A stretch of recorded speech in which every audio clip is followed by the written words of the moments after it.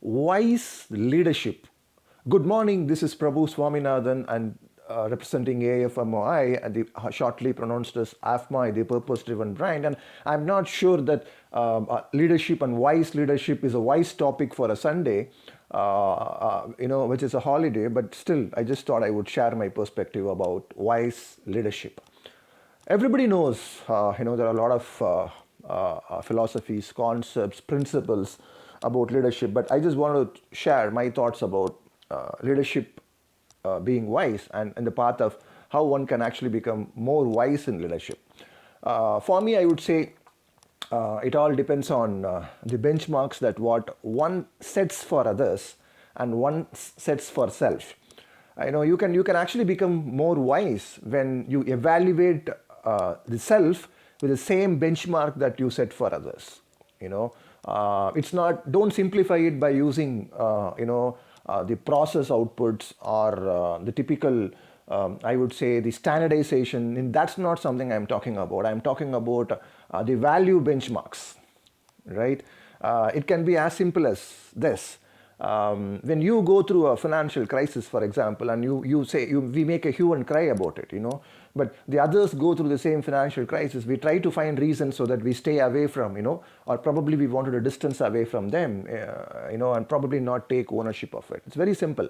When we go through a problem, we wanted the entire world to take ownership of it, and when the others go through the same problem, we just wanted to stay away from it. That's the benchmark I'm talking about. And as a leader, we can become more wise if we can evaluate both, okay, on the same benchmarks.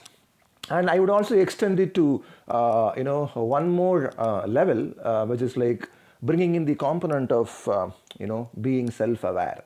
Most of the times, the self-awareness is restricted to knowing about self, knowing more about self, and how you display yourself in a particular situation. But I would like to extend a little bit more, and self-awareness is not only knowing about self, but also having the maturity to understand the self-awareness threshold limits of others, okay, and respond accordingly. That's self-awareness. Self-awareness is a combination of self and also others, and that's something when we grow, we actually become more wise as a leader, and that will actually help us, in the progress of being a great leader.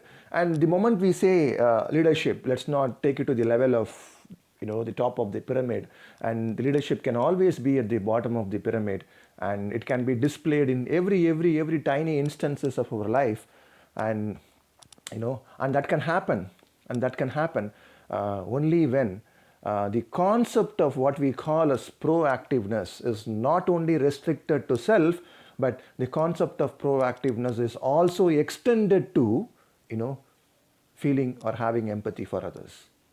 That's leadership wisdom for me, and wish you all a great Sunday.